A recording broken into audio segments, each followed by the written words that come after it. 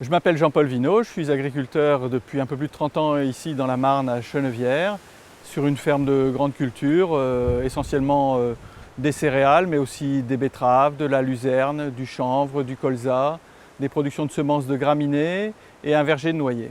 Alors on dit souvent que l'agriculture, mais comme beaucoup d'autres activités, est émettrice de carbone et participe au réchauffement climatique. Mais l'agriculture est intéressante parce qu'elle peut aussi être une solution pour le réchauffement climatique en stockant du carbone dans les sols. Alors c'est trois piliers essentiels: moins de travail du sol, des cultures intermédiaires, c'est-à-dire un sol couvert pratiquement en permanence, et un assolement très diversifié, beaucoup de cultures différentes qui se succèdent année après année sur les sols, avec une bonne proportion de légumineuses.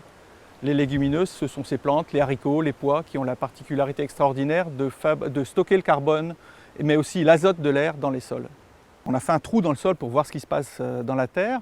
Il y avait cette année du blé qui a été récolté au mois de juillet, et 15 jours plus tard, le plus rapidement possible, on a semé cette fameuse interculture qui est destinée à nourrir le sol.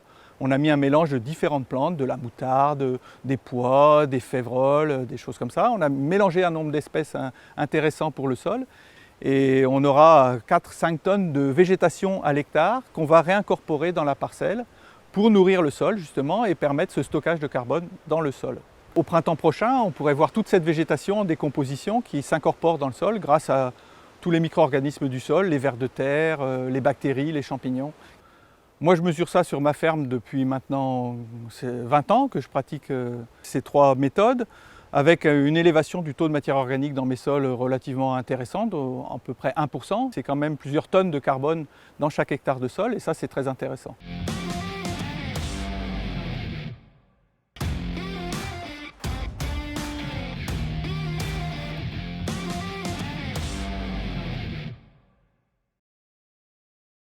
Je suis Mathias Benoît, agriculteur à Bagneux dans la Marne, en grande culture. Je me suis installé en 2010.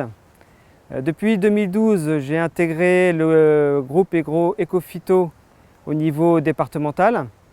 L'objectif était de pouvoir faire évoluer mes pratiques, d'échanger dans un groupe, afin donc de réduire mes pratiques phyto. En 7 ans, j'ai réduit de 50% mes pratiques personnelles, et par rapport en fait à la référence du groupe initial avec les chiffres départementaux, j'ai réduit de 60%.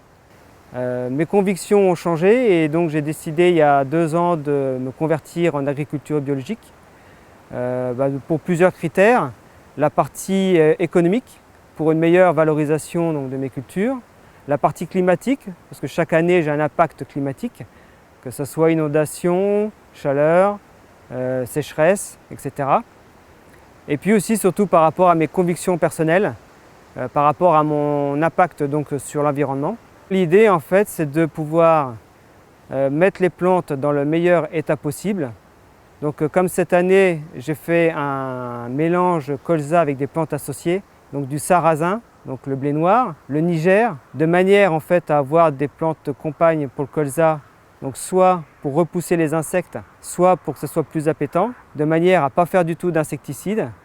Et puis j'ai fait des enrobages de semences pour pouvoir donc booster le colza et ses compagnes, afin qu'elles aient tout ce qu'il faut en fait dès qu'elles germent, pour qu'elles puissent aller le plus vite possible et puis être en bonne santé en fait tout au long de leur cycle.